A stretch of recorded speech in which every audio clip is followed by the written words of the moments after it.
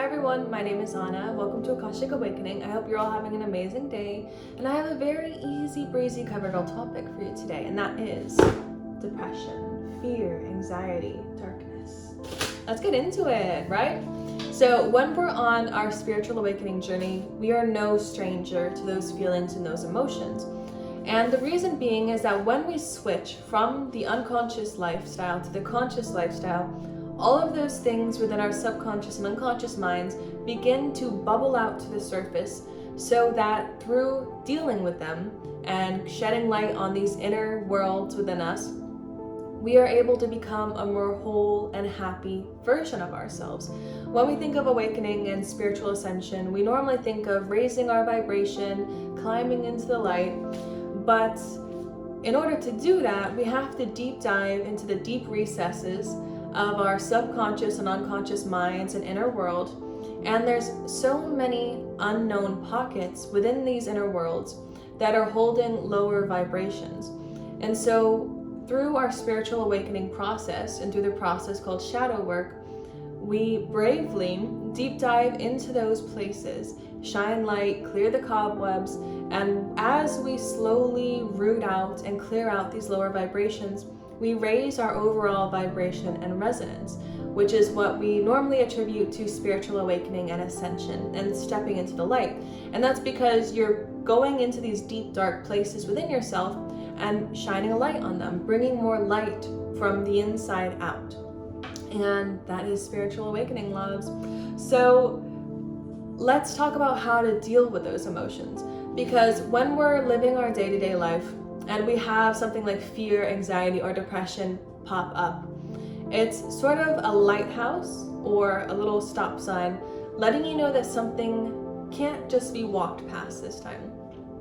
So when we're switching from unconscious to conscious patterns through our spiritual awakening, there's many times in our unconscious past that we would have just walked past something altogether, seen the red flags, seen the warnings, and just shoved it deep down and ignored it.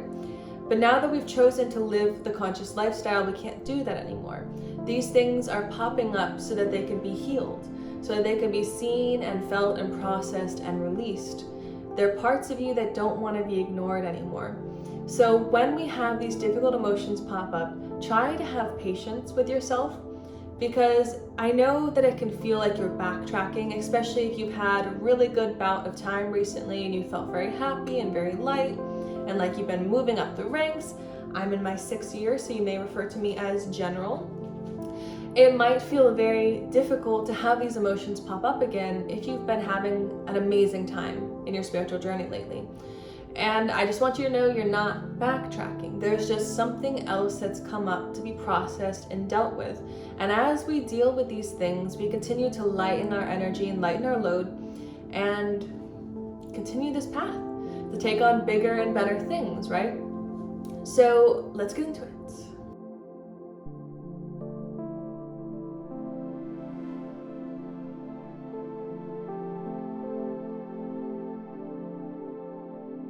So the easiest way to help us deal with these feelings and these emotions is to understand why they're coming up. So for a lot of us, before our spiritual awakening, we dealt with very heavy and difficult emotions. We could have suffered from very serious mental health issues like depression and anxiety.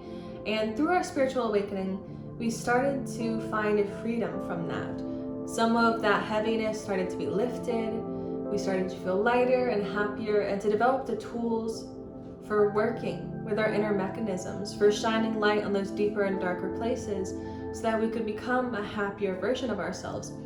So when we're on our spiritual awakening journey and those feelings like fear and anxiety and depression start to pop up, it can be really triggering, especially for those who have dealt with it more seriously in the past. It can feel like you're backtracking, slipping into old habits and patterns, and it's very triggering. But we have to remove any blame and shame and guilt around the process, because the truth is we're not backtracking. The spiritual journey is continuously giving us the tools and the strength to be able to dive deeper every single time.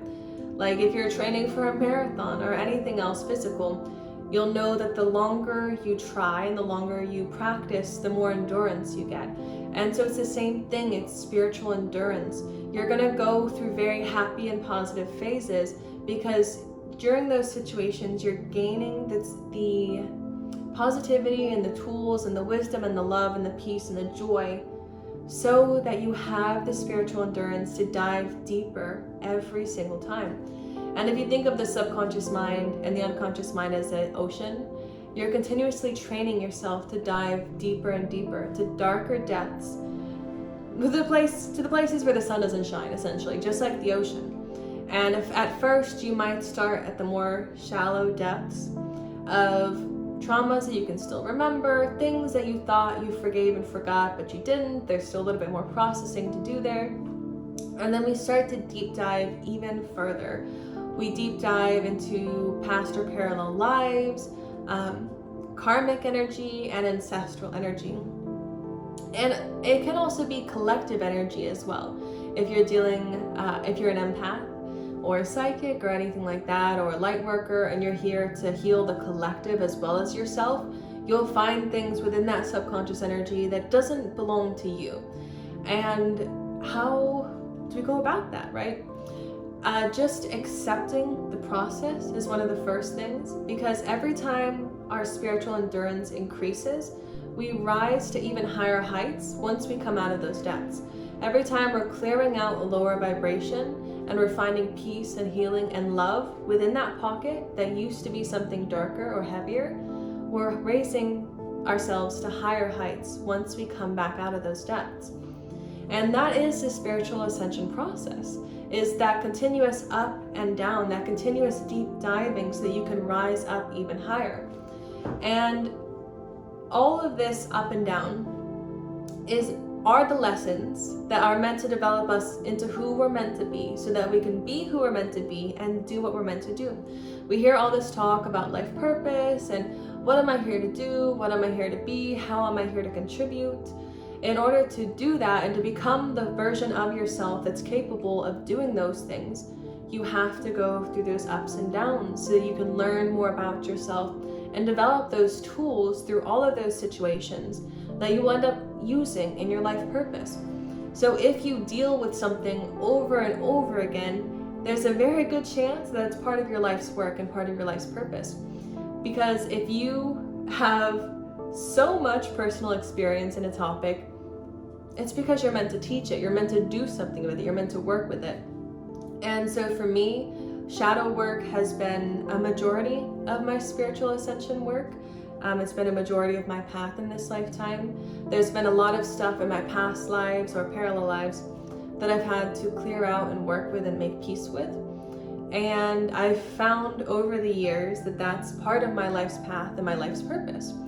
So don't judge yourself or shame yourself or blame yourself about feeling these more difficult emotions, because you're not backtracking, you're not slipping into darkness. You're discovering yourself, you're discovering who you are, who you truly are, and who you're meant to be. And you're developing the tools to do so. So,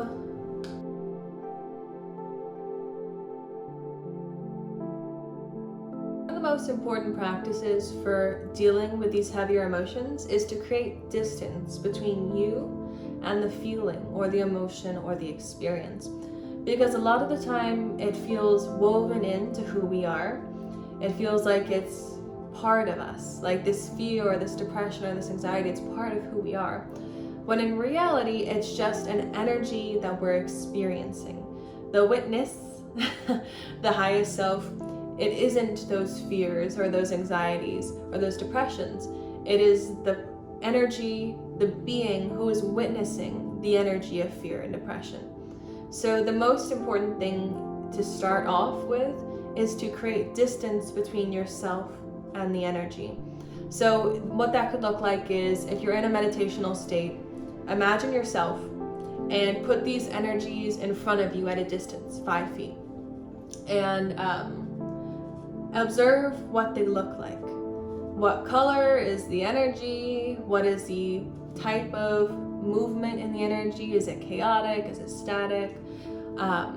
Start to analyze it. And just through the process of analyzing it alone, you're starting to connect that you and those energies are separate. You're not a single unit. You're separating the two of you so that you can begin to observe where they're coming from. And once we've created that distance, we can start to deep dive into what they're trying to tell us. So these emotions are messengers, they're carriers, and they're coming from the depths of our subconscious and unconscious mind to the conscious mind carrying a message. So once we create that distance and that space between the two, we can ask the energy, what it is, what are you trying to show me? What are you trying to teach me? What needs healing? What needs love? What needs attention? And let that energy take you on a journey. And it can be very uncomfortable when you're first starting out, especially if you have very strong fear or anxiety and you're unfamiliar with these sorts of topics. You want to do it in a space where you feel very safe and very comfortable, like laying down in bed, and imagine a white protective light around you. Remind yourself that you're safe and bravely step into whatever journey that messenger has for you. So you could start by imagining, the separation of the two of you. And when you ask the messenger, what are you bringing me to? What do you have to share? You can imagine following the messenger, the energy, into the depths of your subconscious mind, following it and navigating through the depths of the waters of your unconscious mind, and fully let yourself experience what it is they're trying to show you. And it can be sort of scary. If we're dealing with really deep-rooted fears, we could have triggering images like PTSD images and memories of past things in our life.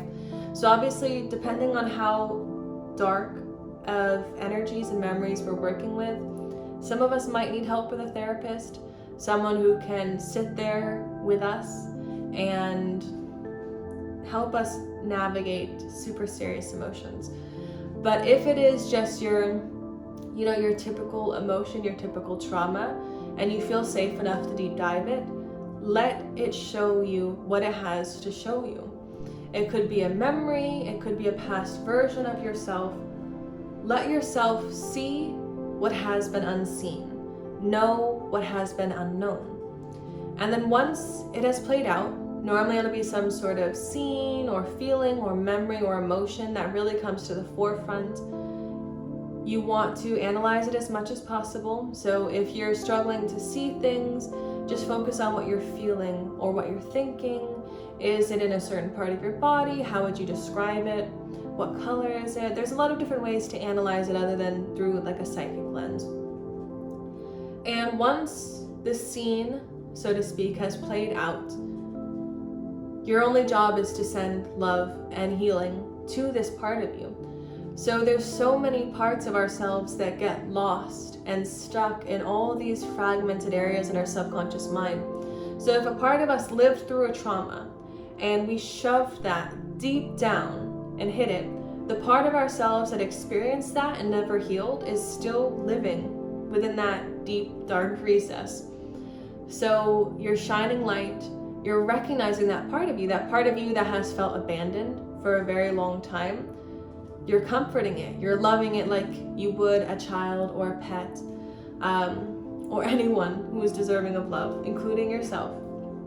So you're giving that part of yourself the love and the attention and the light that it's needed after being cast down into darkness for so long. And that could look like hugging that past version of yourself, sending love to that memory, maybe replaying that memory in a more positive way, or understanding that situation in a new, higher way. Because obviously in our spiritual journey, we'll start to get insight about the truths of the universe.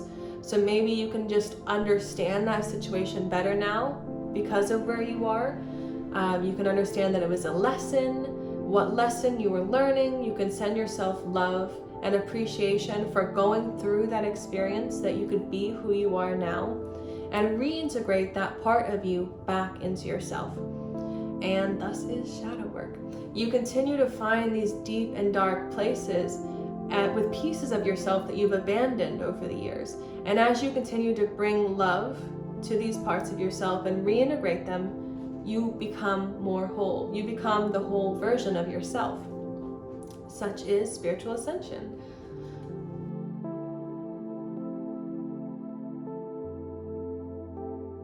Something you might deal with when you're doing your shadow work is you might come across energies that are from past or parallel lifetimes. So if you have any fears or anxieties or strong feelings about something that you don't necessarily have negative altercations with in this lifetime, there's a very good chance that the source of that feeling originates in another lifetime. So for example, you could have a very strong fear of the ocean in this lifetime, no negative situations with it in this lifetime, but you could have a subtle feeling of having drowned in another lifetime. For women who have incarnated as women multiple times, you might have issues of fear around your sacral chakra and your sacred sexuality.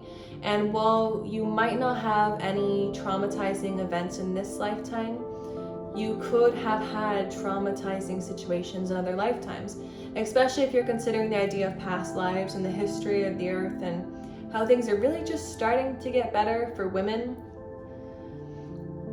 If we incarnated as a woman in the past on this planet, it wasn't always the best time to be around, right?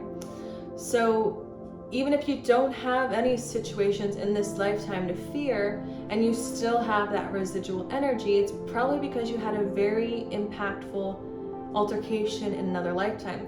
And that's why I also say it's strong not to, bring blame, shame, or guilt into it, because if you are judging yourself because you don't know why you have this fear because you've never experienced it in this lifetime, just understand that you've probably experienced nearly everything there is to experience in one lifetime or another. And those very strong altercations can leave ripples of energy across our other incarnations. So sometimes we're going to be dealing with past or parallel lifetime energy. It depends on how you see it. Past would be in the sense that in the physical world, time is linear. Parallel lifetimes would be in the sense that our oversoul or our highest self, who's outside of time and space, is experiencing all of these lifetimes instantaneously at the same time. So, or simultaneously, not instantaneously. Well, maybe it is instantaneously. So that's the theory behind parallel lifetimes. So these other lifetimes can cause ripples across this lifetime. So sometimes when we're doing shadow work, we really have to give way to things that don't make sense. Because if a messenger is coming forth who's trying to give you insight about your sacral chakra traumas, you really have to give way to let it express itself how it is, because it could be showing you something that's from another lifetime. And while it doesn't apply to this one, it applies to another one whose energies are affecting you. So past and parallel lifetimes will definitely be something that you dig up when you're doing your shadow work, because you're clearing out your entire energetic line, not just this lifetime, but all lifetimes, because you're clearing out the energy that's attached to your soul, essentially. It's your physical incarnation of your soul. And so when you clear out your energy through the spiritual awakening process, it goes beyond this lifetime. You're clearing out all past and future lifetimes. Another thing you could be clearing out is karmic energy. So you could have done one thing in your last life, and so in this life you're having to reap the consequences of learning about it. It always goes back and forth. So sometimes the energy we're clearing out is karma. And once we become aware of that karma is the thing that's supposed to keep us on track if we get lost to the unconscious lifestyle. If we were to never awaken, karma would keep us on track, essentially, of keeping us balanced within the universe. So once we awaken and we become aware of our karma, we can start to clear it out.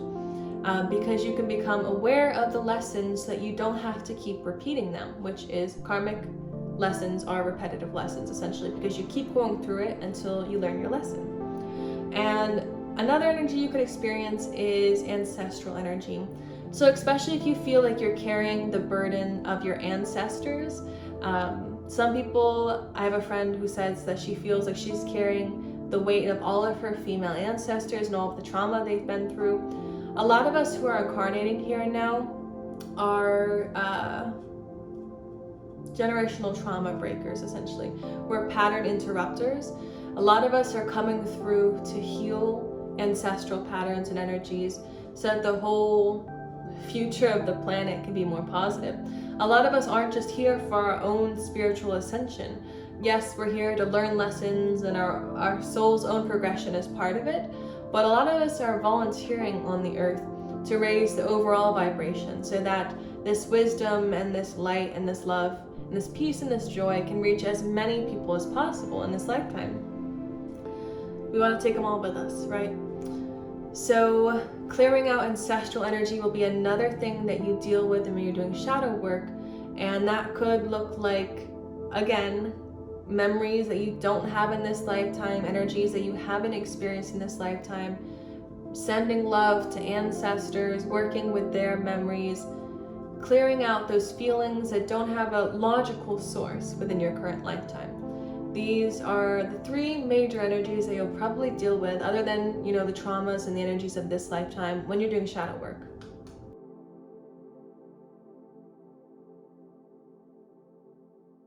So as you're doing this shadow work, it's very important to balance it out with positive spiritual practices. Because if you think about it, if you're, tearing open old wounds, you have to give yourself time to heal.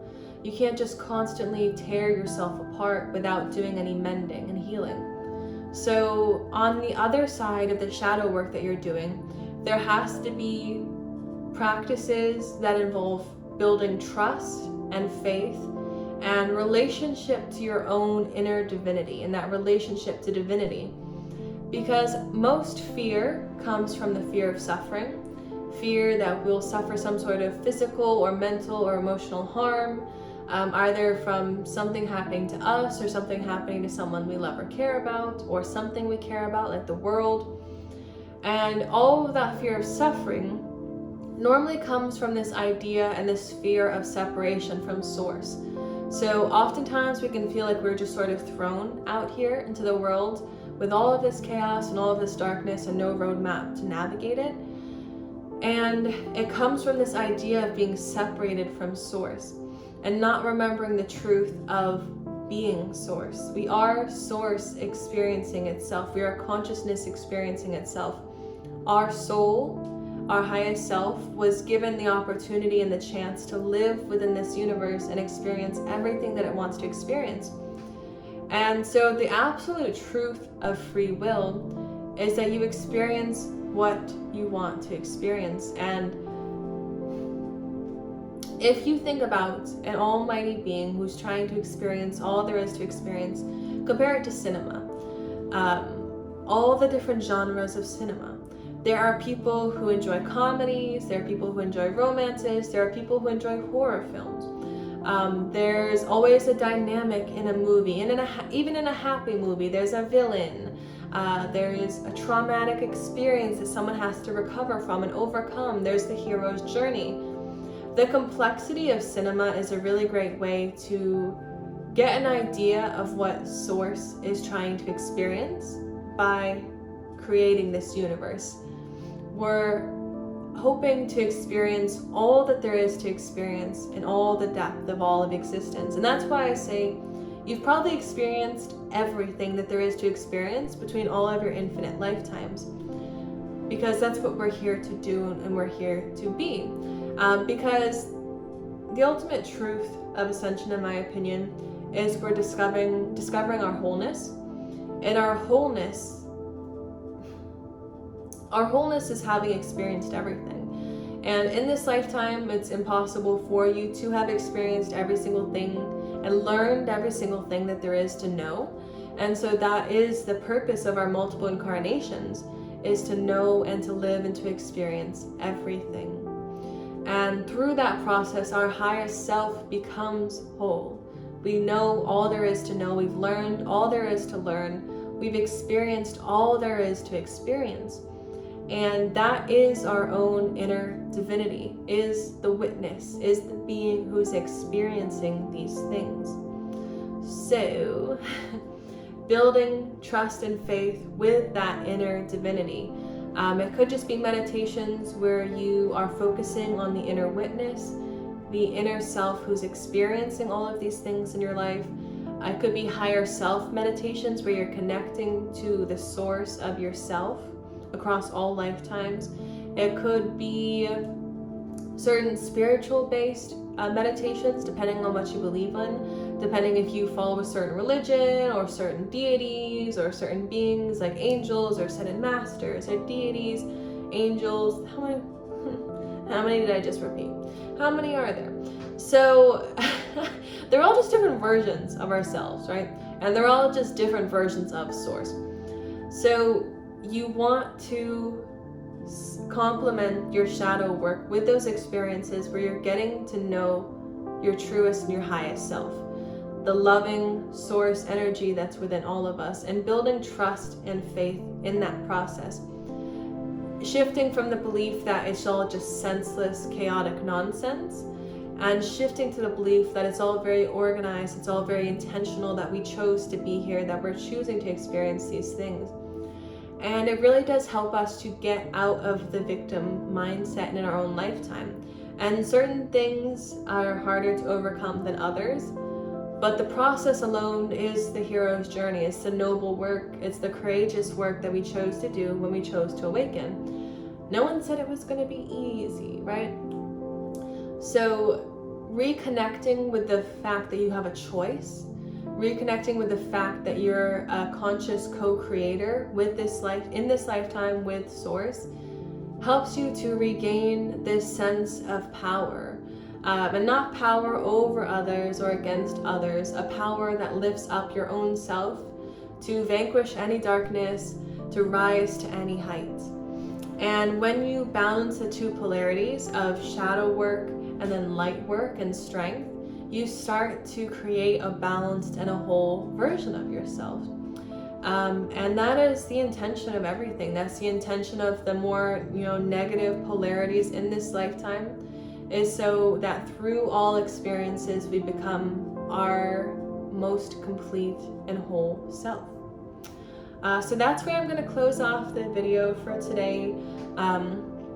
If you're interested, I do have a grounding meditation which can help you deal, a lot of these emotions come through the root chakra. These unstable feelings come through the root chakra.